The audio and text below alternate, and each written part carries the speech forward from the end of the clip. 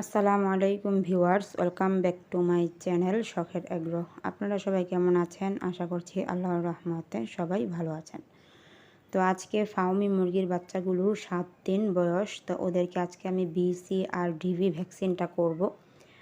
তো বিসি আর ডিবি ভ্যাকসিনটা আমি আগে থেকেই মিনারেল ওয়াটার কিনে নিয়ে এসে 6 মিলি পানি দিয়ে ভ্যাকসিনটা মিক্স করে আমি নিয়েছি এবং বরফ দেওয়া একটা পাত্রে রেখেছি। আর ভ্যাকসিনটা আমি সবসময় সন্ধ্যার পর করার চেষ্টা করি, কেননা সন্ধ্যার পর রোদ থাকে না, দিনের বেলা রোদ থাকে, রোদে ভ্যাকসিনটা নষ্ট হয়ে যাওয়ার চান্স থাকে, এর জন্য সন্ধ্যার পর ভ্যাকসিনটা করাই। তো আজকে আমি ফার্মি মুরগির বাচ্চা এবং পাহাড়ি মুরগির বাচ্চাদের ভ্যাকসিন করাবো। ফার্মি মুরগির বাচ্চাদের 7 দিনের ভ্যাকসিন আজকে প্রথম ডোজ, আর হচ্ছে পাহাড়ি মুরগির বাচ্চাদের দ্বিতীয় ডোজ 21 দিনের ভ্যাকসিনটা করব আর কি। তো একটা ভ্যাকসিন দিয়ে আমি দুটোটা মুরগির বাচ্চাদের ভ্যাকসিন করাতে পারছি, এর জন্য আর কি একটু আমার ভ্যাকসিনের খরচটা কমছে। তো দেখতেই পাচ্ছেন আমি অলরেডি ফার্মি মুরগির বাচ্চাদেরকে ভ্যাকসিন করানো শুরু করে দিয়েছি।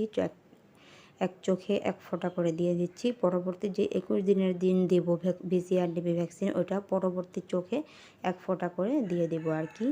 তো এক এক করে বাচ্চাগুলোকে হাতে নিয়ে আমি ভ্যাকসিনটা দিচ্ছি। কিছু কিছু বাচ্চা একটু বেশি নড়াচড়া করছে, নড়াচড়ার ফলে ভ্যাকসিনটা পড়ে যাচ্ছে চোখ থেকে, তারপরে আবার আমি এক ফোঁটা চোখে দিচ্ছি। দেওয়ার পর বাচ্চাগুলোকে আমি আর কি ছেড়ে দিচ্ছি।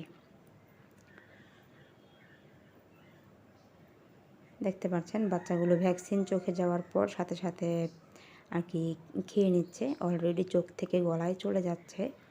তো এখন ফার্মি মুরগির বাচ্চাদের ভ্যাকসিন করা কমপ্লিট। এখন আমি হচ্ছে পাহাড়ি মুরগির বাচ্চাদের ভ্যাকসিন দিতে চলে আসছি। পাহাড়ি মুরগির বাচ্চাদেরকে আমি আমার মুরগির খাঁচা দিয়ে বড় খাঁচা বানিয়েছিলাম, সেই খাঁচাতে রেখেছি। এখন এই যে পাহাড়ি মুরগির বাচ্চাদেরকে দিয়ে দিচ্ছি 21 দিনের ভ্যাকসিনটা। আমি গতকালকে ভ্যাকসিনটা করিয়েছি, সময়ের কারণে আমি কালকে ভিডিওটা আপলোড করতে পারিনি, আজকে আর কি ভিডিওটা আপলোড করলাম। কিন্তু ভ্যাকসিনটা আমি গতকালকেই সন্ধ্যার পর করিয়েছি।